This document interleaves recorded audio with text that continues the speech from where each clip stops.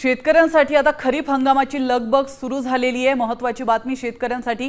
मात्र अमरावतीमध्ये ऐन खरीप हंगामात शेतकऱ्यावर युरिया खतासाठी रांगेत उभं राहण्याची वेळ आली आहे। दर्यापूर इथल्या सहकारी शेतकरी सोसायटीमध्ये युरिया खत विकत घेण्यासाठी शेतकऱ्यांची प्रचंड गर्दी झाली आहे। तुम्ही ही दृश्य पाहताय, अमरावतीतली ही दृश्य आहेत। अमरावती जिल्ह्यामध्ये युरिया खताचा तुटवडा असल्याचा आरोप शेतकऱ्यांनी केलाय।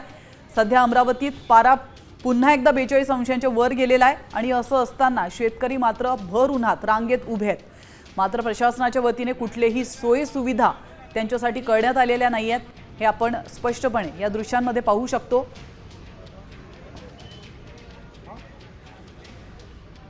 आम्ही सोसायटीत 5 वाजतापासून बसलेलो आहोत। आम्हाला अजून खत नाही भेटलं, दुकान बंद आहे।